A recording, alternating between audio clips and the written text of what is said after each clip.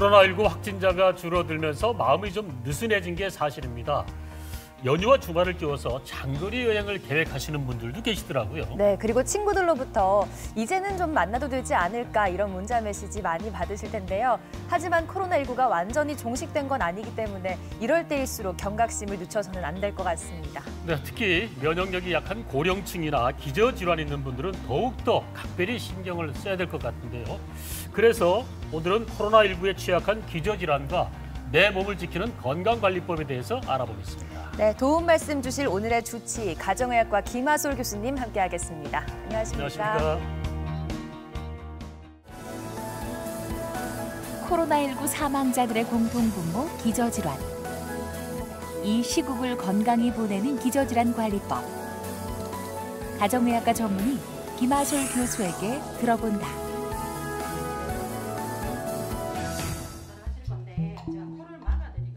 사람들의 새해 소망 1위는 단연 건강. 지난해 국가 건강검진의 대상자가 확대되면서 이제는 만 20세 이상이라면 누구나 정기적으로 자신의 건강을 점검해 볼 수 있게 되었다. 질병을 조기에 발견해서 그 질병을 빨리 치료하고 환자분들을 건강한 삶을 유지할 수 있도록 하는 것이 건강검진의 목적이기 때문에 조기에 발견할 수 있는 병들 위주로 검사를 합니다. 대표적으로 암이겠죠. 위암, 대장암, 자궁경부암, 유방암 이런 쪽의 암 검진들을 주로 하고 있고요. 그것과 함께 만성병들에 대한 검사들도 합니다. 당뇨병, 고혈압, 고지혈증 이런 것들에 대한 검사를 하고 그 검사 소견에서 어떤 이상 소견이나 좀 환자가 추가적인 검사를 해야 될 것들이 있으면 극과로 보내드리고 만성적인 질병 관리가 필요하면 저희 가정의학과에서 환자들을 맡아서 진료를 하고 있습니다. 코로나19 사태가 진정세를 보이는 지금 가정의학과 의료진들은 완치 판정을 받고 태어난 코로나19 확진자들을 만성질환자처럼 계속해서 돌보는 것이다. 2주 정도 지났으니까 조금 이제 마음 편하게 계셔도 될 것 같기는 한데요. 근데 제 양성이 되더라도 감염력이나 힘든 정도가 조금 덜 할 거다 이렇게 예상은 하고 있어요. 그래서 완치 후에도 여전히 불안한 환자들은 전화 상담만으로도 상당한 심리적 안정을 얻는다. 사망자들이나 중증 진행하시는 분들의 특성들을 봤을 때는 일단 중요한 것은 나이인 것 같고요. 나이가 많으시면 어쨌든 안 좋습니다. 안 좋은 경과로 갈 가능성이 많습니다. 그래서 나이가 좀 있으신 연령이 높으신 분들은 주의가 필요하고요. 또 가지고 있는 기저질환으로는 호흡기 질환을 가지고 계신 분들이 가장 안 좋죠. 원래 그 폐 기능 자체가 떨어져 있으신 분이 호흡기 감염증이 오게 되면 훨씬 더 심각한 상황을 만날 수 있기 때문에 만성 폐쇄성 폐질환 COPD라던가 천식을 가지고 계신 분들은 각별히 주의가 필요합니다. 환자의 병명은 하나일지라도 그 증상과 원인은 유기적이고 복합적이다. 이 모든 것을 포괄적으로 치료하며 환자를 사람답게 돌보고자 김하솔 교수는 가정의학과를 선택했다. 전반적으로 환자의 건강을 증진시키고 환자의 질병을 예방하고 질병에 걸린 환자의 합병증을 예방하고 또 건강한 삶을 영위할 수 있도록 사는 삶, 그것을 이제 주로 목표로 하고 있어서 저는 그 중에서는 노인 환자들에 관심이 많이 있고요. 노인 환자분들이 어쩔 수 없이 연령 때문에 생기는 어쩔 수 없는 허약함들을 넘어선 질병으로 진행할 수 있을 만한 노쇠 이런 것들을 예방하고 특히 이런 코로나19 사태와 같이 연령이 높으신 분들이 굉장히 위험한 이런 시기에 그런 분들을 좀 더 건강하고 잘 살 수 있도록 해드리면 좋지 않을까. 정기적인 진료가 필요한 만성 질환자 중에서 많은 분들이 코로나에 감염될까 봐 병원 방문을 꺼리거나 참다가 증세가 악화되면 뒤늦게 병원을 찾는 경우도 있다고 들었거든요. 네. 요즘 코로나19가 조금 잠잠해졌는데 어떻습니까, 요즘은? 네, 저희 병원은 원래 중증 코로나 환자를 보는 병원이어서 초반에는 이제 일부러 의료진의 역량을 집중하기 위해서 환자를 좀 줄였던 경향은 있고요. 그렇지만 코로나19 감염의 위험들 때문에 병원을 찾으시는 환자분들이 많이 줄기는 했습니다. 근데 요즘에는 확진자가 줄어드는 추세가 되면서 점차 회복이 되고 있는 중입니다. 네. 그리고 아까 화면에도 잠깐 나왔지만 코로나19 완치 판정을 받고 퇴원한 분들을 대상으로 전화 상담을 하고 계시다 이렇게 들었습니다. 네. 아무래도 오랜 기간 동안 입원도 하시고 또 진료도 치료도 받으시느라 몸과 마음이 많이 아프실 텐데 네. 큰 위로가 될 것 같아요. 요즘도 계속 하고 계신가요? 네, 지금도 진행하고 있고요. 이게 저희 대한가정의학회 대구 경북지회와 대구광역시와 함께 이제 코로나 퇴원 환자들의 일상생활 복귀를 돕기 위한 그런 사업으로 진행을 하고 있습니다. 네. 실제로 전화를 드리면 대부분 굉장히 고마워하시고요. 뭐 마스크를 언제까지 써야 되냐, 가족끼리 접촉은 언제 해야 되냐 이런 것들을 질문을 하시기도 하고 아직 목이 아픈데 어떻게 해야 되나 이런 건강 상담을 하시기도 하고 많은 분들이 그런 질문을 하십니다. 일반적인 상담은 그냥 잘 들어드리는 것만 해도 굉장히 고마워하시고요. 이제 신체적인 증상들에 대해서는 조금 더 자세히 물어보고 저희가 뭐 가까운 병원으로 안내를 해드리고 그렇게 하고 있습니다. 네, 역시 전화 상담에는 역시 마스크를 어떻게 쓰느냐, 네. 그다음에 건강 관리를 어떻게 하느냐 이런 내용들이 주 내용이었습니다. 자, 코로나19 감염 위험군 이 기저질환을 알아봐야 되겠는데요. 알아보기 전에 코로나19가 대체 어떤 감염병인지 다시 한번 짚어보도록 하겠습니다. 교수님 자세하게 알려주시죠. 네, 알겠습니다. 코로나 감염증은 사스 코로나 바이러스 2라고 하는 바이러스에 의한 바이러스 감염에 의한 호흡기 증후군이라고 할 수 있습니다.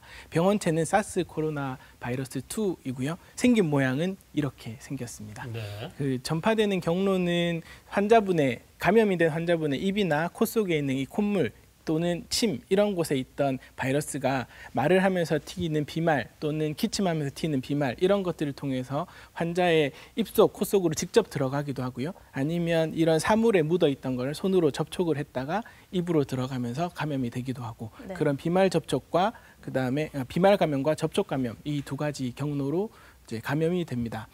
잠복기는 보통 1에서 14일이라고 하는데 평균적으로는 한 일주일 이내의 잠복기를 가지고 있습니다. 코로나19 감염증이 이제 생길 때 이 코로나 바이러스가 안지오텐신 전환 효소 2, ACE2라는 이런 단백질을 통해서 들어오게 됩니다. 이것을 좀 기억해 두시면 나중에 제가 쭉 이어서 말씀드릴 내용들을 보시기 훨씬 좋으실 거고요. 이제 바이러스가 저렇게 이렇게 튀어나와 있는 이런 단백질들이 우리 몸의 세포에 있는 ACE2라는 단백질에 결합을 한 다음에 결합을 한 순간 이렇게 세포 안쪽으로 들어오게 되고 이를 통해서 몸에 감염이 되고 있습니다.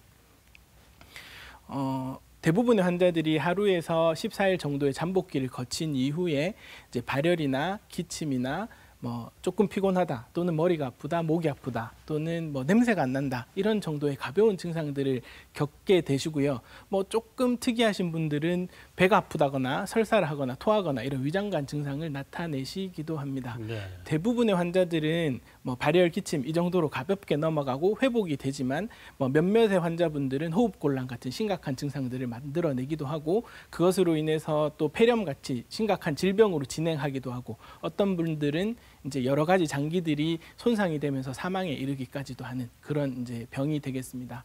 치료하는 방법은 사실 아직까지는 뚜렷한 치료 방법이 없습니다. 그러니까 이 코로나19 바이러스를 잡는 항바이러스제가 아직까지는 나와 있지 않아서 현재까지는 대증적인 치료, 그러니까 증상에 맞춰서 열이 나면 열을 떨어뜨리는 그리고 기침이 나면 기침을 가라앉히는 이런 대증적인 치료를 하는 것이 일반적이고 하지만 중증의 질환이 있으신 분들, 뭐 인공호흡기를 달아야 되는 중증 폐렴 환자 같은 경우에는 이제껏 예전에 나와 있던 항바이러스제 또는 항말라리아제 이런 약제들을 쓰기도 합니다.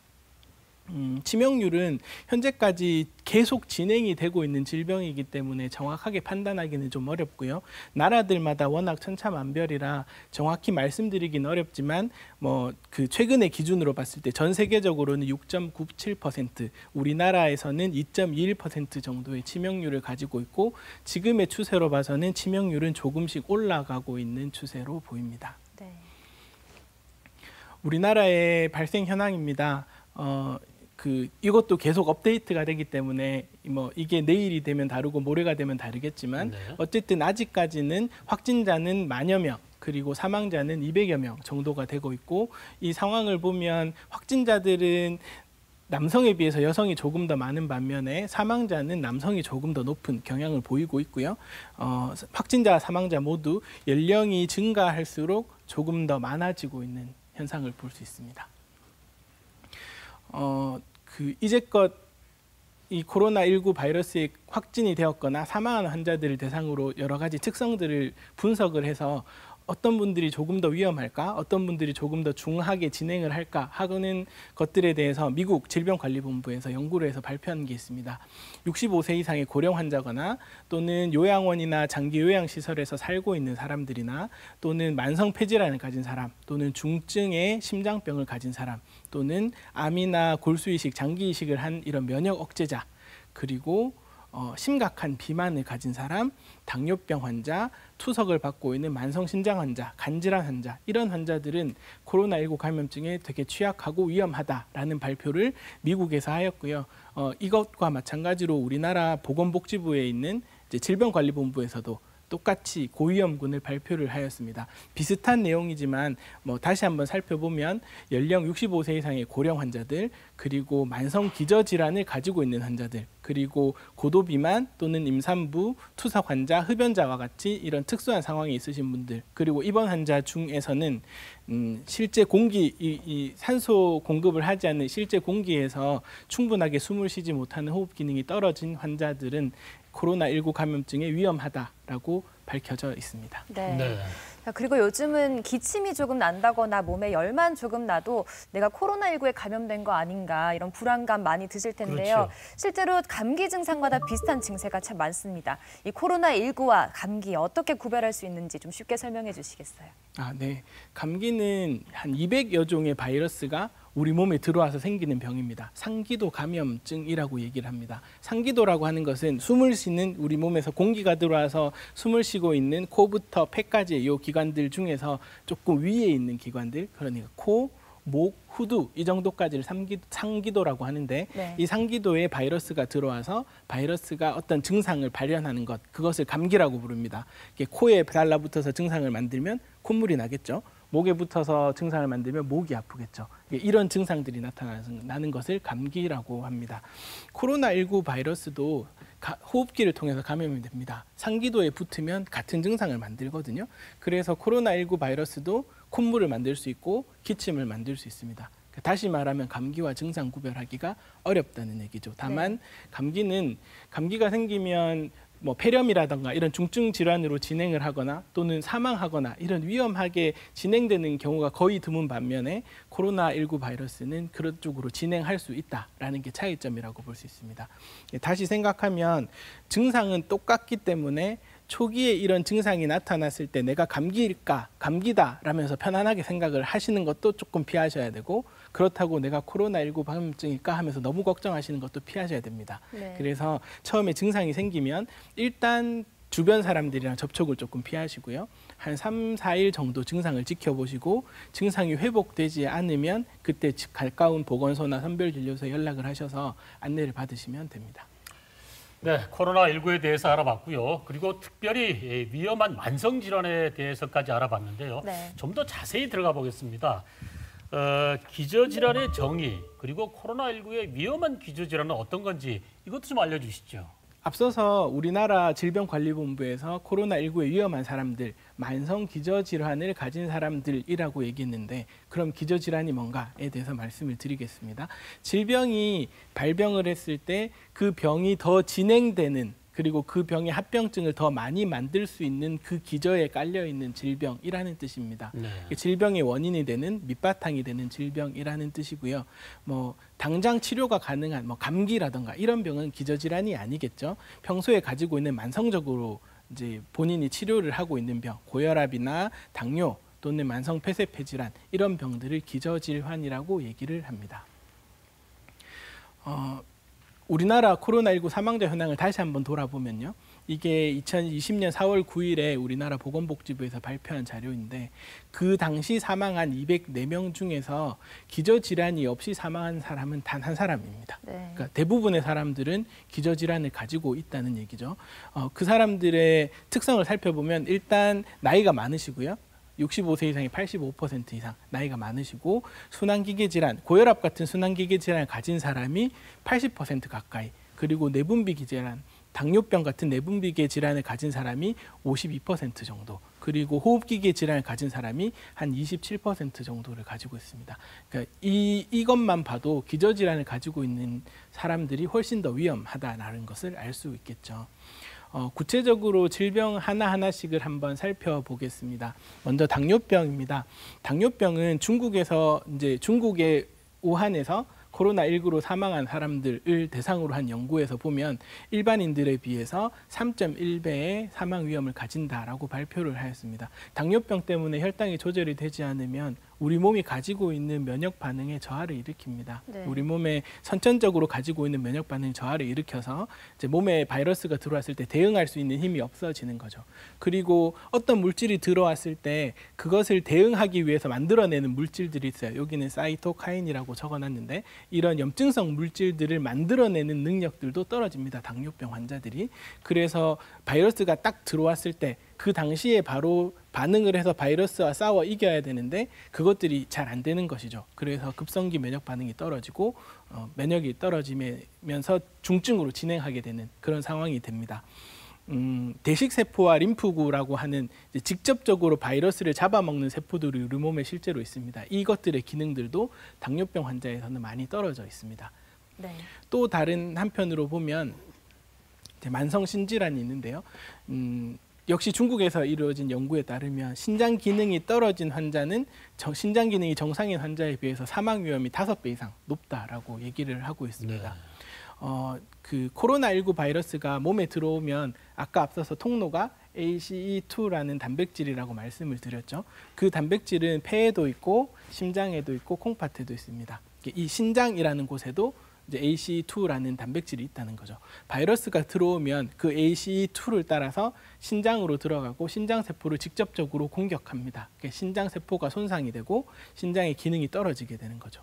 또 한편으로 몸에 폐에 감염증이 생기면 전신적인 염증 반응이 일어나거든요. 몸속에서. 그럼 전신적인 염증 반응에 의해서 폐 실질이 손상이 됩니다.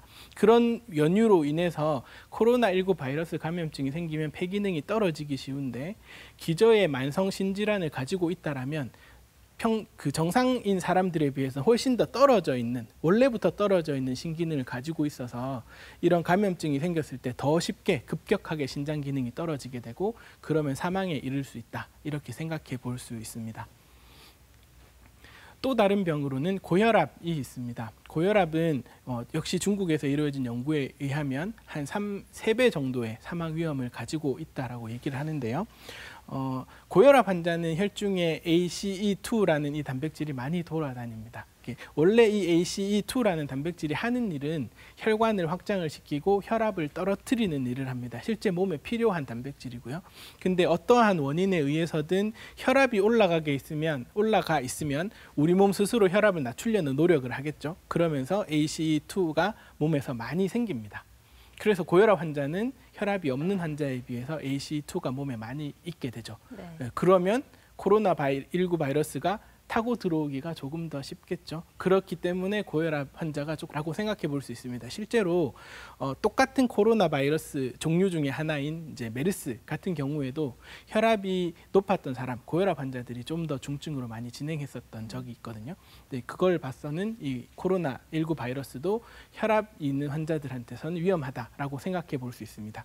근데 고혈압이 있는 환자분들이 조금 생각해 보셔야 될 점이 하나 있습니다. 우리 고혈압 약제로 많이 쓰이는 약제들 중에서 안지오텐신 수용체를 차단하는 약제 또는 안지오텐신 전환 효소를 억제하는 약제, 이런 약제들, 이런 기전을 가진 약제들이 있습니다. 흔히 많이 쓰이는 약제고요. 저도 실제 제 환자들한테 많이 쓰고 있는 약제입니다. 근데 이 약제를 썼을 때 ACE2가 조금 더 증가가 되면서 코로나 감염증의 위험이 높아질 수 있다라는 주장을 한 논문이 얼마 전에 발표가 됐었거든요. 네. 이제 그게 이제 기사로도 많이 보도가 되고 일반인들도 많이 알게 되시면서 많이 문의를 하세요. 실제로 정말 내가 고혈압 약을 이걸 쓰고 있는데 계속 써도 괜찮으냐, 이런 문의를 많이 하시는데 이후에 사실 계속 진행되고 있는 질병이기 때문에 이게 딱 정확하게 답을 내릴 수는 없지만 이후에 실제로 사람들을 대상으로 한 연구에서 보면 요것 때문에 코로나 감염증의 위험이 더 높아진다라고 하는 증거는 없습니다. 그래서 미국의 순환기 학회라던가 우리나라의 고혈압 학회라던가 이런 곳에서는 아직까지는 약을 끊거나 약을 변경할 이유가 없겠다라고 얘기를 하고 있거든요. 그래서 고혈압 환자분들께서는 지금 쓰고 있는 약제가 나한테 위험한 약제가 아닐까 이런 걱정은 하지 않으셔도 될 것 같다라고 말씀드릴 수 있습니다. 네. 또 다른 이제 병으로는 혈압, 고혈압을 제외한 뭐 심장 또는 뇌혈관 질환들, 뭐 뇌졸중이라든가 심근경색, 협심증 같은 병들입니다. 이 병은 뭐 보시다시피 사망 위험이 굉장히 높죠. 네. 심장이나 뇌혈관 질환은 사실 생기게 되면 생명과 직접적인 영향이 있는 병이라서 사망 위험도 굉장히 높은데요. 이제 이 원인도 역시 이제 ACE2와 관련이 있습니다. 네. 우리의 심장 또는 혈관에도 ACE2 단백질이 많이 있기 때문에 이게 바이러스가 들어오면서 심장에 직접적으로 바이러스가 들어가면서 심장 근육을 손상을 시키게 될 수 있습니다. 얼마 전에 우리나라의 20대의 젊은 여성, 기저질환염 젊은 여성이 심근염으로 이제 고생하고 있다 이런 기사들이 많이 나와 있는 것을 보게 되는데 그것처럼 심근에 직접적인 손상을 유발할 수 있습니다. 그리고 뭐 이것뿐만 아니라 몸의 전신적인 염증 반응이 염증 물질들에 의해서 피를 조금 더 딱딱하게 쉽게 말하면 좀 굳게 만들어요. 혈액 응고를 촉진시킵니다. 그래서 기저의 뇌졸중이나 협심증처럼 혈관이 좁아져 있는 환자들 같은 경우에 피가 조금 딱딱하다고 그러면 막히기가 더 쉽겠죠. 네. 그래서 코로나19 바이러스 감염증이 생기게 되면 이런 환자들이 조금 더 위험한 상황에 놓일 수 있다. 이렇게 생각할 수 있습니다. 그리고 이제 폐질환으로 생각해 보면 만성 폐쇄 폐질환, 그러니까 COPD라고 부르는 병이 있는데요. 네. 이 병은 흡연이나 또는 만종 공기 이런 어떤 원인에서든 폐가 손상을 받아서 폐실질이 이제 부서지는 병이라고 보시면 됩니다. 네. 역시나 사망 위험이 굉장히 높은 병이라고, 높네요. 네, 그렇죠. 굉장히 높은 병이라고 볼 수 있고요. 네. 이 COPD 환자는 COPD 자체가 호흡기 감염에 굉장히 취약합니다. 꼭 코로나19뿐만 아니라요. 독감이든 아니면 일반적인 감기라도 호흡기 쪽에 감염이 되면 굉장히 취약하고 그 감염이 됐을 때 조금 더 중한 병으로 진행되게 되는 위험이 원래 높습니다. 코로나19도 역시 호흡기로 감염이 되기 때문에 급성 악화를 일으킬 수 있는 이제 위험 요인이 될 수 있죠. 또 하나는 COPD 환자는 면역 반응이 조금 달라요. 그러니까 정상인들에 비해서 반응 자체가 조금 다릅니다. 그래서 어떤 감염증이 원인이 될 만한 바이러스가 몸에 들어왔을 때 조금 더 과도하게 면역 반응이 일어나고 과도한 면역 반응들이 폐를 직접적으로 손상시키게 만들어서 그래서 이 COPD 환자 역시도 굉장히 위험한 환자라고 볼 수 있습니다. 같은 맥락에서 천식 환자도 마찬가지인데요. COPD는 폐실질이 부서진 환자라면 천식은 알레르기 환자입니다. 네. 어떤 알레르기 물질이 몸에 들어와서 기도를 좁게 만드는 거거든요. 이 코로나19 바이러스가 그런 알레르기의 원인으로 작용할 수 있습니다. 바이러스 감염이 되면 알레르기의 원인이 돼서 기도가 좁아지고 기도가 좁아지면 숨이 차고 숨을 쉴 수 없는 상황. 그래서 급성 발작을 유발할 수도 있고 기도가 좁아졌기 때문에 기도에서 분비되는 안 좋은 물질들을 밖으로 내보낼 수 있는, 그러니까 배출할 수 있는 능력들도 많이 줄게 됩니다. 그래서 천식 환자들도 코로나19 바이러스에 감염이 됐을 때 폐렴으로 진행할 위험이 높아지게 됩니다. 또 다른 병으로는 암을 생각해 볼 수 있는데요. 네. 이 암도 굉장히 이제 중요한 기저질환 중에 하나죠. 역시 중국에서 이루어진 연구에 보면 어떤 한 병원에서 중증 악화, 그러니까 인공호흡기를 달 정도의 중증 악화 혹은 사망한 환자들의 39% 정도가 암이라고 밝혔습니다. 네. 그러니까 반면에 경증 환자에는 8% 정도만 암 환자였던 거죠. 그리고 이렇게 중증으로 진행된 암 환자들 중에서 특히 한 달 이내에 항암 치료를 받았거나 한 달 이내에 수술을 받았던 환자는 75%가 중증으로 진행하거나 사망을 했습니다. 그러니까 일단 암 자체도 굉장히 위험한데다가 최근에 암 치료를 받은 환자들도 위험하다라는 얘기죠. 또 다른 연구에서 보면 한 5배 정도의 사망 위험이 있다라고 하거든요. 네. 암은 왜 위험할까? 이것도 생각해 보면 역시 ACE2인데요. 암 환자 자체가 ACE2의 발현을 조금 증가시키기도 합니다. 또 하나는 암 자체로 인해서 또는 항암 치료로 인해서 정상인들에 비해서 면역력이 훨씬 더 떨어져 있기 때문에 이 암 환자들도 코로나19 바이러스에 아주 위험하다 이렇게 생각할 수 있습니다. 네. 코로나19가 당뇨병이나 폐질환, 또 심뇌혈관계 등의 기저질환이 있는 환자들에게 특히 더 치명적이라는 것을 알 수 있었습니다. 그렇습니다. 자, 이번에는 가정의학과를 찾은 분들의 사연을 준비했는데요. 영상으로 만나보겠습니다. 70을 앞둔 나이의 강민혁 씨. 그는 하루에 한 갑씩 담배를 피우던 소문난 애연가였다. 담배 뭐 한 20살 때부터 피웠지 한 50년 피웠습니다. 그러다가 중간에 또 한 6개월씩 한 2번 끊었어요. 끊었다가 또 새로 피우다가 지금 또 이렇게 끊고 있습니다. 지병에 뭐 나이 있으니까 뭐 여러 가지 있죠. 뭐 지금 당뇨도 있고 뭐 여러 가지 병원이 있습니다. 안녕하세요. 네, 안녕하세요. 나름대로 건강엔 자신이 있었다. 담배로 인한 질병들 역시 남의 일처럼 느껴졌다. 하지만 결국 올 것이 오고 말았다. 그때는 뭐 그래도 뭐 좀 담담하고 물론 뭐 마음이 안 좋았지만은 그래도 뭐 했고 또 치료 잘 하고 있고 괜찮습니다 지금. 그냥 뭐 담배 피우는 게 제일 많이 해로웠나 싶은 생각이 들어요. 후회했죠, 했지만은 그래도 뭐 지금 후회한들 뭐 소용이 있으니까 앞으로 이제 안 피우면 되겠죠. 힘드시거나 불편하진 않으시고요. 소음에 시끄러운 게 좀 많이 시끄러워. 담배 피 항암 치료를 하면서도 즉각 담배를 끊는 게 쉽지 않았던 민혁 씨. 거의 피우고 없어지고. 지금은 없어지셨고. 지금은 김하솔 교수와 함께 금연을 위해서 노력하고 있다. 오늘까지 3번 정도 만나면서 환자분의 경과를 봤을 때는 충분히 잘 해나가시고 계시고 원래는 한 갑 정도를 피고 계시는데 금연 보조제를 함께 쓰고 제가 계속 상담해 드리면서 오늘 방문했을 때는 이틀 전에 담배를 이틀 전까지 피시고 지금까지는 안 피고 계신다 하셔서 앞으로 충분히 잘 해나가실 거라고 생각하고 있습니다. 담배 생각이 혹시나 또 생각나면 또 너무 대우가 안 그렇겠습니까? 그렇죠. 이거 지난번에 드시던 거. 먼저 먹던 기고. 요거는 이제 코로나19 발생 이후 많은 것이 변했지만 민혁 씨는 변함없이 성실하게 병원에 나오고 있다. 덕분에 그의 기저질환이 된 폐암은 순조롭게 치료되고 있다. 불편합니다. 불편하기는 마스크도 껴야 되고 오면은 뭐 손소독 뭐 일일이 다 확인해야 되고 하기 때문에 불편하긴 말 불편하죠. 그리고 뭐 지금 항암 치료는 거의 마쳤고 또 저거 방사선은 지금 오늘 처음 가보는 거고 이제 조사하는 거 검사하는 거고 그러고 지금 당뇨약 먹고 있는데 당뇨도 뭐 다른 사람에 비하면 그렇게 심하진 안 합니다. 안 하고 지금 담배도 지금 뭐 한 3주 약 먹으니까 끊어지고 이렇게 하면 뭐 거의 내 자신도 모르게 건강해질 것 같고 또 건강하다고 또 얘기하시고 선생님들도 그래 지금은 뭐 앞으로는 건강할 것 같아요. 내 생각에도. 자료 화면에서 보셨겠지만은 폐질환에 담배까지 피우시는 분이 나오셨는데요.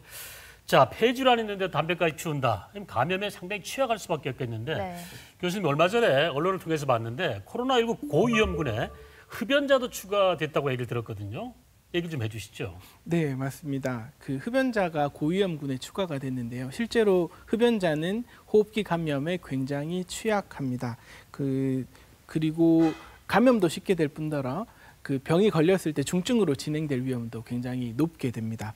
그 만성 질환을 가지신 분들뿐만 아니라 만성 질환이 없으신 분이 흡연을 하게 되더라도 이제 흡연의 위험은 굉장히 높아지게 됩니다. 네. 제가 이후에 조금 더 자세히 설명을 드리겠지만 흡연은 굉장히 코로나19 바이러스에 위험하고요. 그래서 저는 저한테 오시는 모든 환자분들에게 담배를 피는지 여쭤보고 담배를 피시면 금연을 권하고 있습니다. 네. 네. 자, 또 백신이 없는 바이러스에는 면역력이 최고의 무기다 이런 말이 있는데요. 네. 기저질환이 있으면 면역력이 떨어지고 또 면역력이 떨어지면 감염률이 높아지지 않습니까? 그렇죠. 그렇게 보면 노인들은 참 이런 악순환의 연속이다는 생각이 드는데요. 노인들이 면역력이 약하다 보니까 기저질환에 더 쉽게 노출되지 않을까 이런 생각이 듭니다. 그러니까 기저질환에 대해서 말씀을 드렸는데 사실 병은 아니긴 하지만 나이가 많은 것 자체로도 이 코로나19 바이러스의 굉장한 위험 요인이 될 수 있습니다. 역시 중국에서 이루어진 연구에서 보면 65세 이상의 노인들이 그보다 젊으신 분들에 비해서 사망 위험이 2배 이상 높다라고 밝혀져 있고요.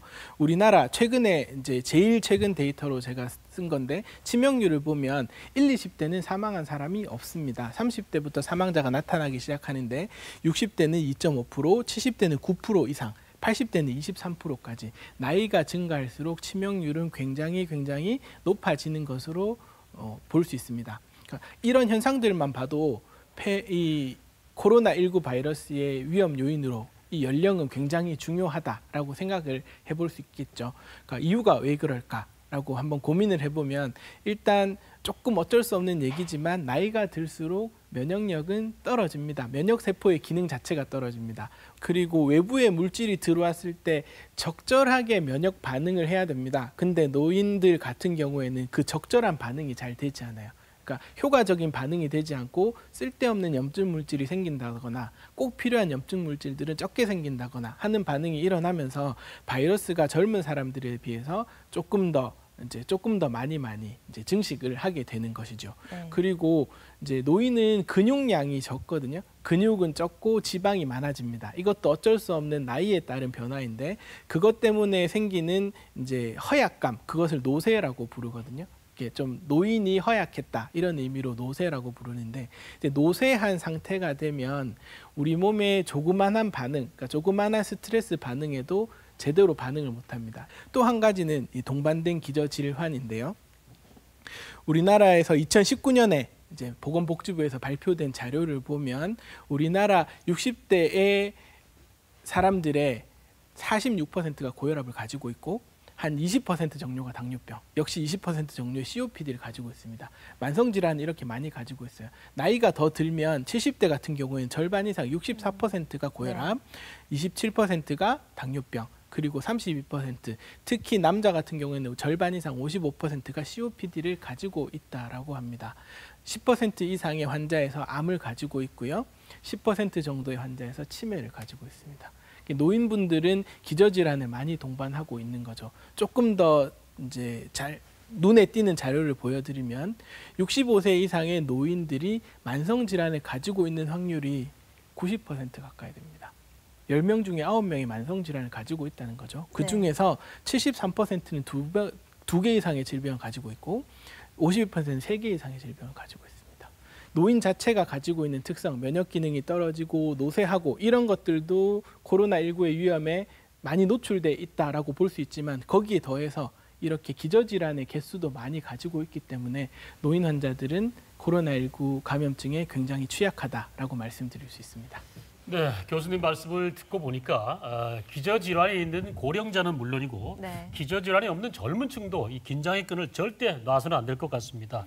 그리고 비만이나 흡연 등 잘못된 생활 습관도 코로나19 감염에 아주 위험한 요인이 될 수가 있는데 이 부분도 말씀을 해주시죠. 젊은 사람들 또는 특수한 상황에 놓인 사람들에 대해서 말씀을 드리겠습니다. 먼저 비만인데요. 역시 중국에서 이루어진 연구에서 보면 한 병원에서 사망자들을 연구를 해봤더니 그 사망자들의 88%가 비만 환자였다는 겁니다. 비만 환자의 대다수가 사망했다는 거고요. 중증 환자가 조금 더 높은 체질량 지수, 그러니까 조금 더 비만하다. 이런 결과를 보이고 있습니다. 이유가 뭘지를 생각해 보면 일단 비만한 환자들은 지방 조직이 많게 되죠. 이렇게 비만한 환자들이 가지고 있는 지방 조직들은 이제 은근하게 이제 염증 반응을 계속 일으킵니다. 우리가 이것을 이제 저도의 염증 반응, 저도의 만성 염증 반응이라고 부르는데 비만 환자들은 그런 저도의 만성 염증 반응을 가지고 있습니다. 그렇게 염증이 증가하게 되면 여러 가지 대사의 이상을 만듭니다. 혈당 조절도 안 되게 만들고 콜레스테롤도 높게 만들고 혈압도 높게 만듭니다. 그러면서 면역을 떨어뜨리게 만드는 이제 그런 하나의 효과가 있고요. 역시나 또 나오지만 이 ACE2라는 단백질이 지방 조직에도 굉장히 많이 발현이 되어 있어서 지방 조직이 많은 사람들은 몸속에 ACE2 단백질을 많이 가지고 있다라고 볼 수 있죠. 그렇기 때문에 비만한 사람들이 코로나19 바이러스에 조금 더 취약하다라고 말씀드릴 수 있습니다. 흡연, 아까 말씀하셨는데 흡연 같은 경우에는 우리나라에서 4월 4일 날 질병관리본부에서 흡연자를 고위험군으로 추가를 했습니다. 그 이유가 이거거든요. 이 연구 결과, 중국에서 이루어진 연구 결과인데 비흡연자에 비해서 중증 악화, 인공호흡기를 달 정도의 심각한 악화를 한 사람이 14배 정도 굉장히 되더라. 높군요. 네, 이런 연구를 보고 이제 그 고위험군으로 추가를 했습니다. 이유를 생각해 보면 일단 흡연 자체가 호흡기 면역력을 떨어뜨립니다. 흡연을 하게 되면 이 기관지의 섬모 이제 이쪽에서 이렇게 털이 이렇게 움직이면서 안쪽에 있던 가래 같은 것을 바깥쪽으로 내보내는 정상적인 기능이 있는데 네. 흡연을 하게 되면 그 섬모 기능이 죽어요. 그러면서 가래나 안 좋은 물질들을 밖으로 배출시키는 것을 막습니다. 그렇기 때문에 그 호흡기 자체에 원래 면역력이 떨어져 있어요. 그래서 흡연을 하게 되면 감기든 독감이든 조금 더 잘 생기거든요. 코로나19도 마찬가지고요. 거기에다가 흡연을 하는 분들은 ACE2를 발현하는 세포 조절이 잘 안 됩니다. 그러니까 쓸데없이 ACE2가 많이 생기죠. 그러면서 통로가 많이 열리게 되고 코로나19 감염증이 많이 생기게 되고요. 이제 그러면서 이 통로가 많이 생기기 때문에 감염이 됐다 했을 때 중증 단계로 진행할 위험이 높습니다. 여기서 또 주의하셔야 될 것은 간접 흡연도 마찬가지 효과라는 거죠. 네. 그러니까 담배를 본인이 피면 본인이 위험할 뿐만 아니라 주변에서 같이 있는 나의 아내, 나의 아이들 이런 사람들도 간접 흡연에 의해서 코로나19에 아주 중증으로 진행할 위험을 높일 수 있다라고 생각하시고 담배는 꼭 끊으시는 게 필요할 것 같습니다. 임산부들도 주의를 하셔야 되는데요. 실제로 임산부는 일반적으로 호흡기 바이러스 감염의 위험이 좀 높습니다. 그러니까 임신을 하지 않으신 분들에 비해서 쉽게 감염이 되거든요. 근데 아직까지 임산부가 코로나19 바이러스에 걸렸을 때 조금 더 빨리 사망하냐, 조금 더 중증으로 진행하냐에 대한 연구 결과는 없기는 합니다. 네. 하지만 호흡기 바이러스의 감염에 취약하고 대부분의 호흡기 바이러스 감염이 왔을 때 폐렴 같은 병으로 진행하는 것들이 이제껏 많이 높았었기 때문에 역시 주의를 해야 된다. 이렇게 기억을 하시면 되고요. 여기서 한 가지 조금 특이하게 생각할 만한 것은 이제 많은 임산부들이 궁금해하실 건데 내가 코로나19 바이러스에 걸렸을 때 내 뱃속에는 내 아이도 나의 피를 타고 코로나19에 걸리지 않을까라는 걱정을 많이 하게 되는데 일단 그런 혈액 간의 전염은 가능성은 별로 없는 것으로 알려져 있고요. 네. 네, 얼마 전에 저희 질병관리본부에서도 혈액 감염에 대한 실험들을 했었거든요. 결론은 혈액 감염은 안 될 것이다라고 얘기를 했기 때문에 모자 간에 이제 전염이 되는 것 이걸 수직 감염이라고 하는데 수직 감염의 위험은 별로 없다라고 생각하시면 됩니다. 실제로 3월 초에 우리 대구에서 이제 코로나19 감염 임산부를 제왕절개로 수술을 했고 이제 아기는 무사히 태어났고 아기는 코로나19에 걸리지 않은 것으로 밝혀진 것을 이제 보면 이제 출산 중에 모자 간의 감염 전염성은 이제 가능성은 없다 이렇게 얘기할 수 있습니다. 모유 수유도 궁금해하실 텐데요. 일단 모유를 통해서 바이러스가 배출되는 것은 아닙니다. 그래서 내가 코로나19 바이러스에 걸렸다 하더라도 나의 모유를 통해서 아이에게 바이러스를 전달할 위험은 없다라고 얘기를 할 수 있겠죠. 다만 모유를 먹이려면 아이를 이렇게 안아야 되고 아이를 안으려면 만져야 되고 그리고 아이를 이렇게 내려다보면서 나의 입이나 코를 통해서 어떤 바이러스를 배출시킬 수 있기 때문에 이제 코로나19 감염증을 가진 환자분들이 모유 수유를 하겠다라고 하는 것들은 좀 조심하실 필요는 있습니다. 네. 또 임신을 했을 때 약 하나 먹는 거에도 굉장히 조심스럽게 하실 텐데요. 네. 특히 코로나19에 감염됐을 때 그러면 일반 사람들과 이런 임산부를 치료할 때 다른 방법으로 있을 것 같거든요. 어떤 방법으로 하나요? 아까 설명드렸지만 코로나19 바이러스 감염을 효과적으로 치료하는 약제는 아직까지는 없습니다. 그래서 코로나19 바이러스의 치료는 원칙적으로는 대증치료, 증상에 맞는 치료입니다. 그런 것을 생각해 봤을 때 일반인이나 임산부나 치료 방법이 다르지는 않습니다. 그래서 일반인들도 중증 질환일 때는 항바이러스제를 사용하고 임산부도 아주 중증 질환일 때는 항바이러스제를 사용할 수 있지만 일반적으로 치료를 할 때 특별한 약제를 쓰거나 이제 태아에게 안 좋은 약제를 쓰거나 이런 것은 없기 때문에 코로나19 바이러스에 감염이 된 임산부라 하더라도 너무 걱정하실 필요는 없습니다. 다만 이제 임산부가 코로나19 바이러스 감염증에 걸렸을 때 고열이 나거나 몸 전반적인 컨디션이 떨어지는 상황들이 태아에게는 조금 안 좋은 영향을 미칠 수가 있겠죠.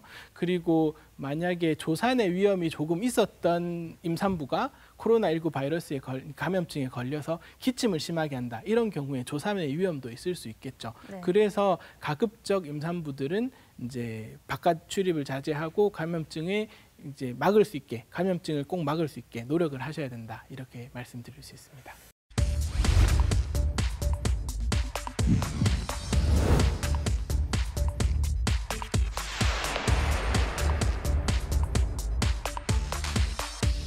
TV에서 기저질환이 위험하다는 건 알고 있었는데 대체 기저질환이 무엇인지요? 아니면 집에 고혈압, 당뇨병 환자가 있으면 위험한가요? 고혈압, 당뇨, 기관지, 천식 있는 사람 그런 게 기저질환인데 기저질환이 있는 사람이 아무래도 건강한 사람에 비해서 몸의 면역력이 약하니까 좀 걸릴 확률이 좀 높고 질병이 있고 나이 많고 하는 사람은 코로나 걸리면 죽는답니다. 위험한 거는 조금 나이 드신 분이 아예 당뇨나 고혈압 있는 그런 분들이 걸리면 위험하다고 알고 있어요. 코로나19에 대한 만성질환과 기저질환에 대해서 알아보고 있는데요. 자, 시민들의 목소리도 과연 어떤 목소리를 낼지 들어봤거든요. 네, 이번에는 약순 상담실을 통해서 여러분께서 궁금해하시는 것들 조금 더 자세하게 풀어보겠습니다. 자, 첫 번째 사연입니다. 저희 아버지는 만성 신부전으로 혈액투석을 받고 계신데요. 얼마 전 혈액투석 치료를 받던 환자가 코로나19에 감염됐다는 소식을 듣고 너무 불안해하십니다. 혹시 코로나19가 혈액을 통해서도 감염이 될 수 있나요? 또 저희 아버지와 같은 만성 신부전 환자들은 어떻게 관리를 해야 할까요? 네, 이 코로나19 때문에 헌혈하는 분들도 많이 줄었다는 기사를 봤습니다. 그렇습니다. 실제로 이렇게 혈액을 통해서도 감염이 되는가 궁금하고요. 이 상담 내용처럼 만성 신부전 환자 건강 관리는 어떻게 하면 좋을까요? 네, 얼마 전에 우리나라 질병관리본부에서 이것 관련된 실험을 했습니다. 코로나 양성인 환자들의 혈액을 모아서 그 혈액에서 코로나 바이러스가 배양이 되는가라는 실험을 했었는데 코로나 바이러스 배양은 되지 않았습니다. 그러니까 이 혈액을 타고 전염이 되는 것에 대한 위험은 별로 없다, 네. 낮다라고 이렇게 생각할 수 있겠죠. 그렇기 때문에 이 혈액 투석하시는 분들 또는 헌혈 이런 것들 때문에 코로나19 감염증이 나한테 생길까 이런 걱정은 일단 안 하셔도 될 것 같습니다. 네. 네. 자, 두 번째 사연도 만나보겠습니다. 코로나19 확진자 중에서 10세 미만의 아이들은 상대적으로 비율이 낮던데요. 면역력이 강해서 감염이 잘 안 되는 걸까요? 자, 어린이와 어른들의 면역 체계가 다르다는 얘기도 있고요. 네. 또 바이러스와 싸울 만한 면역 체계를 갖추지 않았다 이런 말도 있고요. 그래서 증상이 뚜렷하게 나타나지 않는다는 말도 있던데, 자, 교수님 이게 어느 거에 맞는 말인지 말씀해 주시죠. 네, 현재까지 이제 코로나19 감염증 환자들을 쭉 분석해 보면 확실히 어린이 같은 경우에는 증상이 조금 경하고 증상이 좀 쉽게 넘어가는 경향이 있는 것 같습니다. 이유는 아직까지 정확하게 밝혀져 있지는 않지만 이제 면역 반응이 조금 다르기 때문에 성인과 면역 반응이 조금 다르기 때문이지 않을까라고 생각합니다. 이제 우리 몸은 원래 이제 크게 나누면 면역 체계가 두 가지가 있습니다. 태어날 때부터 타고나는 선천 면역, 그리고 태어난 이후에 스스로 획득하는 후천 면역. 그래서 어린이들은 선천 면역이 주로 작용하고요. 어른들은 후천 면역이 주로 작용합니다. 그래서 이 면역 반응의 차이 때문에 어린이들이 조금 더 증상이 약하지 않나 라고 추측은 하고 있지만 조금 더 밝혀봐야 되는 내용일 것 같고요. 다만 어린이들이 증상도 경하고 활동력도 높기 때문에 어린이들이 그 병에 걸려도 잘 다닙니다. 잘 다니고 어른들도 잘 만나겠죠. 그러면서 이제 아까 설명드렸던 기저질환이 있는 어른 또는 나이가 많은 어르신 분들을 만나서 감염을 시킨다면 그것도 이제 굉장히 위험한 이제 상황이 되겠죠. 그래서 이제 어린이들 감염이 증상이 약하다 하더라도 성인 감염에 비해서 쉽게 생각할 문제는 아니다. 네. 성인 감염과 어린이 감염도 동등하게 취급해야 된다. 그렇게 생각하고 있습니다. 네, 약손 상담실을 통해서 코로나19에 대해서 시민들이 궁금해하는 내용을 더 알아보고 있습니다. 자, 세 번째 사연 만나봅니다. 60대 후반의 여성입니다. 환절기 때마다 인후염을 달고 사는데요. 석 달째 병원을 다니고 있지만 잘 낫지 않습니다. 거기에 설상가상으로 대상포진까지 걸렸습니다. 면역력이 떨어지고 있다는 신호일까요? 네, 요즘 같은 시기에 몸고생 또 마음고생이 이만저만이 아닐 것 같습니다. 네. 이렇게 대상포진을 포함해서 면역이 떨어졌다는 신호 또 어떤 것들이 있을까요? 네, 대상포진이라는 병은 원래 어릴 적에 수두 바이러스가 몸속에 들어왔다가 그 바이러스가 몸속에서 계속 숨어 살다가 어느 특정한 상황에서 면역력이 떨어지면 이제 나타나면서 신경을 따라서 쭉 발현을 하게 됩니다. 어떤 특정한 신경을 따라서. 그래서 굉장히 아프고 물집도 생기고 이렇게 되는 병인데요. 뭐 생각해 보면 대상포진이 걸렸다라는 것은 면역력이 떨어진 신호라고 생각해 볼 수 있죠. 뭐 또 하나를 생각해 보면 뭐 바이러스 감기 같은 것.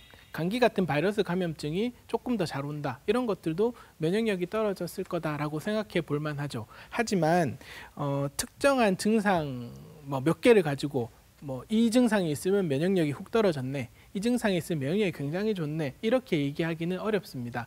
뭐 실제로 뭐 만성 질환 같은 것들을 가지지 않으신 분 같으면 뭐 특정한 상황을 만들어서 면역력을 확 올리거나 또는 특정한 상황을 만들어서 면역력을 확 떨어뜨리거나 하는 방법은 없거든요. 네. 그래서 내가 면역력을 올리고 싶다라고 하는 특별한 방법이 사실 있지는 않습니다. 일반적으로 몸이 굉장히 피곤하고 스트레스를 많이 받았다. 또는 잠을 잘 못 잔다. 또는 뭐 영양 상태가 불량하다. 다이어트를 너무 열심히 해서 많이 굶었다. 이런 상황에서 면역력이 떨어집니다. 반대로 얘기하면 이런 상황을 만들지 않으면 되겠죠. 잘 자고 힘들지 않게 잘 먹고 푹 쉬고 이제 이런 생활들을 열심히 하시면 면역력을 높이는 데 좀 도움이 되실 것 같고요. 면역력을 높이기 위해서 어떤 특별한 돈을 많이 들여서 무슨 약을 사거나 뭐 힘들게 어떤 음식을 만들거나 하는 노력들보다는 감염증에 있어서 최고는 손 씻기니까요. 네. 열심히 손을 씻고 개인위생을 철저히 하는 것이 훨씬 더 중요하다라고 얘기할 수 있습니다. 네. 네. 평소에 이 면역력 관리에 좀 집중을 하셔야 될 것 같습니다. 네. 자, 다음 사연 바로 만나보겠습니다. 기저질환이 없는 20대 초반의 여성이 코로나19 확진 판정을 받은 후에 급성 심근염에 앓았다는 보도를 접했습니다. 코로나 바이러스가 이 심장도 공격을 한다는 뜻일까요? 자, 많은 분들이 코로나19 하면 주로 호흡기를 공격하는 줄로 알고 있는데 심장 등 다른 질환에 공격을 받고 있겠다. 이럴 수도 있겠습니까? 아까도 제가 잠깐 언급했지만 코로나19 바이러스가 우리 몸에 들어오는 통로가 되는 ACE2 단백질은 우리 몸 곳곳에 퍼져 있습니다. 폐에도 있고 심장에도 있고 혈관에도 있고 장에도 있고 콩팥에도 있습니다. 그 심장도 ACE2 수용체가 있기 때문에 코로나19 바이러스가 직접적으로 심장세포 안으로 들어갈 가능성이 있고요. 실제로 이번에 있는 20대 초반에 기저질환이 없는 급성 심근염을 앓은 이 환자 같은 경우에도 직접적인 심근 손상 때문에 심근염이 생기지 않았을까라고 추측해 볼 수 있습니다. 그리고 또 하나는 호흡기 감염이 되면 폐에 감염이 되면 뭐 폐뿐만 아니라 전신적인 염증 반응을 만드는데 이 전신적인 염증 반응들에 의해서 또 심장이 손상을 받을 수 있습니다. 물론 그러니까 심장뿐만 아니라 콩팥이든 간이든 몸의 전신적인 장기들에 영향을 줄 수 있고 그것 때문에 다발성으로 장기들이 기능이 떨어지게 되면 사망에 이르게 되는 거거든요. 그래서 그 코로나19 바이러스가 꼭 폐뿐만 아니라 다른 장기들에도 영향을 줄 수 있다, 줄 가능성이 있겠다라는 것은 이해를 하셔야 될 것 같고 다만 정확한 기전에 대해서는 조금 더 추가적인 연구가 필요할 것 같습니다. 네, 어쨌든 코로나19 상당히 위험한 질환인데 개인 위생 관리 철저히 해야 될 것 같습니다. 네. 자, 5번째 사연 만나보겠습니다. 코로나19 감염 예방에 고용량 비타민C가 효과가 있다는 얘기를 들었거든요. 코로나19도 물리치고 면역력을 높이는데 정말 도움이 될까요? 네, 이 고용량 비타민C가 코로나19 감염 예방에 좋다 이런 이야기 SNS 통해서 많이 봤는데 그렇죠. 이게 올바른 정보입니까? 고용량 비타민C가 코로나19에 이렇게 좋은 영향을 준다. 한마디로 말씀드리면 아직까지는 근거는 없습니다.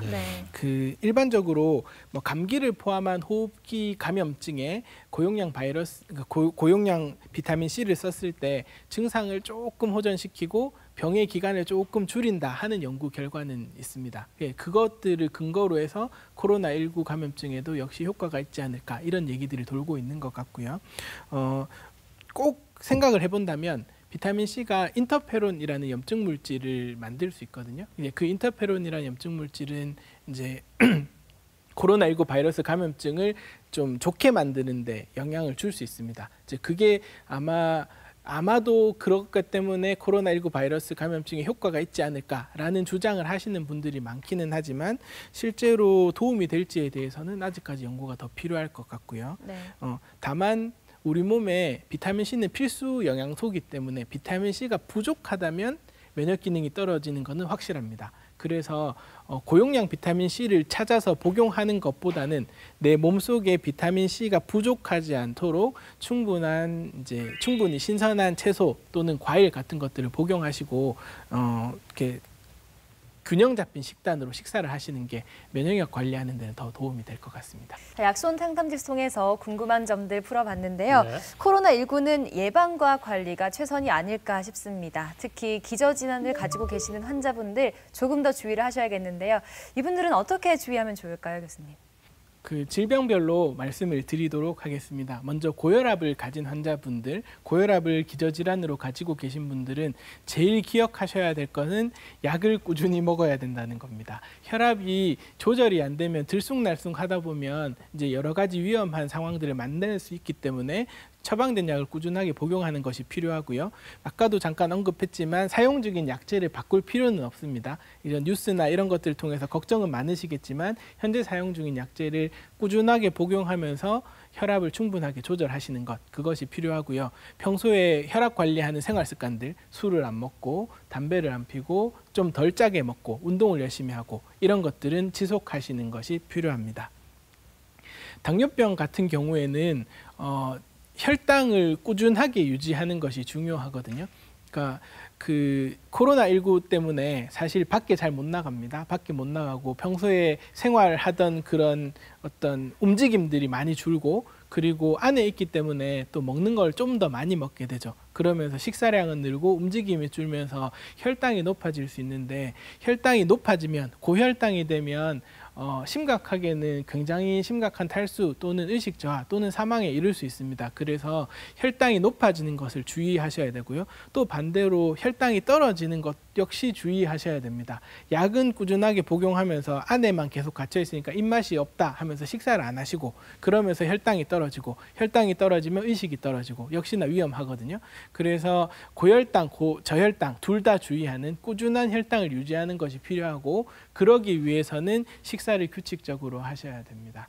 특히나 인슐린을 쓰시는 환자분 같은 경우에는 식사를 거르거나 식사를 불규칙하게 하게 되면 몸속에 혈당이 굉장히 크게 출렁출렁거리기 때문에 인슐린 사용하시는 환자는 더 주의하셔야 되고요. 인슐린 사용하시는 환자는 더더욱이 병원 방문하시는 걸 두려워하시면 안 됩니다.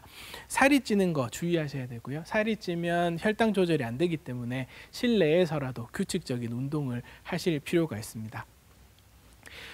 만성호흡기 질환을 가지신 분들은 특히 주의하셔야 되는데 만성호흡기 질환 자체가 호흡기 감염에 취약하기 때문에 어쨌든 개인 위생을 철저하게 하셔야 됩니다.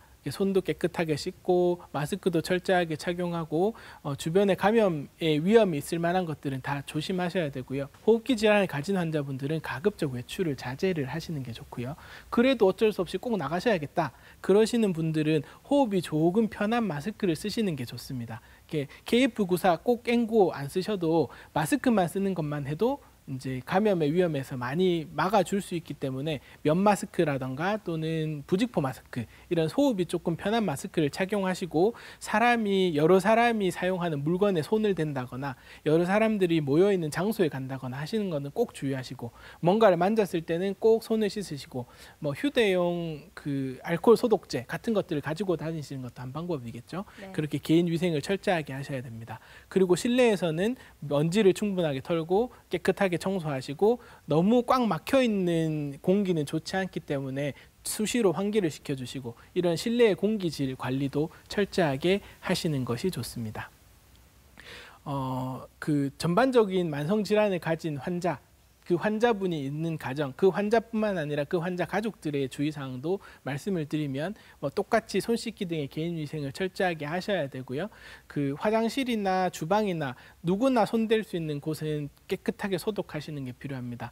본인 만성 질환자가 가벼운 호흡기 증상이 생기거나 또는 그 만성 질환자를 둔 가족이 가벼운 호흡기 증상이 생기거나 어떤 누구든 가벼운 호흡기 증상, 기침이 난다 또는 목이 아프다, 머리가 아프다 이런 증상이 생기면 생긴 즉시 실내에서라도 마스크를 착용하고 가급적 가족들 간의 접촉은 좀 피하시고요. 한 3일에서 한 5일 정도, 한 4, 5일 정도 증상을 조금 지켜보시다가 이 증상이 계속 지속이 된다면 1339라던가 선별진료소에 연락을 하셔서 안내를 받으시는 것이 필요합니다. 만성질환자가 병원에 가야 되겠다라고 마음을 먹었을 때는 어쨌든 검사를 위해서 약 처방을 위해서 병원에 가는 건 꼭 필요합니다. 가셔야 되고요. 가는 걸 두려워하실 필요는 없고요. 혹시나의 상황에 대비해서 현재 만성질환자 본인이 먹고 있는 약에 대해서는 잘 알고 계셔야 됩니다.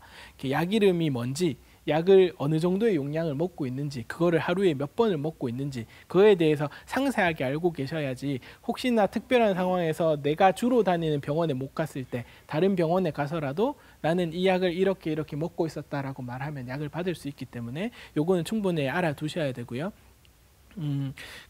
너무 그래도 찝찝하고 힘들다라고 하시면 국민암심병원을 이용하시면 되는데 네. 국민암심병원이라고 하는 것은 호흡기 증상을 가진 환자들만 따로 떼서 진료를 보는 병원이에요. 병원의 한 공간에 호흡기 증상이 있는 환자들은 따로 격리해서 진료를 보고 나머지 환자들은 따로 진료를 보고 서로 동선이 겹치지 않고 만나지 않도록 만들어서 이런 호흡기 감염증의 위험을 낮춘 병원이라고 보시면 되고 이거는 코로나19 홈페이지 같은 데서 찾아보실 수 있습니다. 국민안심병원을 이용하시는 것도 한 방법이고요. 국민안심병원 가는 것도 너무 힘들다 또는 어떤 원인에 의해서든 밖에를 못 나간다. 나는 병원에 방문할 수가 없다라고 했을 때는 요즘에는 전화 상담 처방이나 대리 처방이 일시적으로 허용되어 있습니다. 그래서 주치 선생님이랑 전화로 상담을 하시거나 또는 내가 주로 가는 병원에 조금 건강한 나의 가족들을 보내거나 하는 방법으로 어쨌든 내가 쓰고 있는 약제들이 끊기지 않도록 꾸준하게 약을 먹어서 나의 질병이 꾸준하게 관리가 될 수 있도록 그렇게 하셔야 된다라고 기억을 하시면 됩니다. 네. 요즘에 계속 갇혀 있기 때문에 운동이나 이런 것들을 좀 소홀하게 하실 수 있는데 운동은 지속을 하시는 게 좋거든요. 근데 헬스장이나 이렇게 사람들이 많이 모여 있는 곳은 아직까지는 좀 피하시는 게 좋을 것 같고요. 가정에서 할 수 있는 운동들을 하시면 좋습니다. 스트레칭, 그다음에 적절한 근력 운동, 너무 무리하실 필요는 없고 약간의 무게감이 있는 아령 이런 것들을 들거나 또는 팔굽혀펴기 정도를 하거나 이런 적절한 근력 운동, 그리고 조금 이제 여유가 되시고 하시면 러닝머신이나 이제 요즘에 많이 쓰는 노젓는 머신, 러잉머신이나 고정식 자전거 이런 것들을 통해서 유산소 운동도 할 수 있습니다. 여러 가지 운동들을 가정에서 할 수 있기 때문에 할 수 있는 방법들을 찾아서 가정에서 운동을 좀 하시고요. 너무 답답해서 힘들다고 하실 때는 주변에 사람들이 많이 모이지 않는 탁 트여진 실외에서는 마스크를 착용하고 나가시는 것도 괜찮은 방법으로 생각합니다. 그래서 햇볕을 보시면서 그 마스크를 꼭 착용하시고 적절한 거리를 유지하면서 조금 빨리 걷기 또는 달리기 이런 것들을 하는 실외에서 하는 이런 운동 같은 것들을 하시는 것도 도움이 될 것 같습니다. 네, 알겠습니다. 자, 마지막으로 시청자분들께 당부한 말씀 부탁드리겠습니다.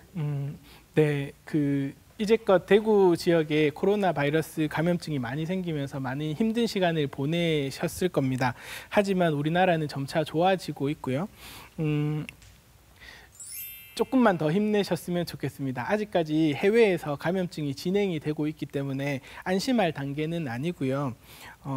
열심히 노력을 하시고 조금 더 참으시고 하실 단계인 것 같습니다.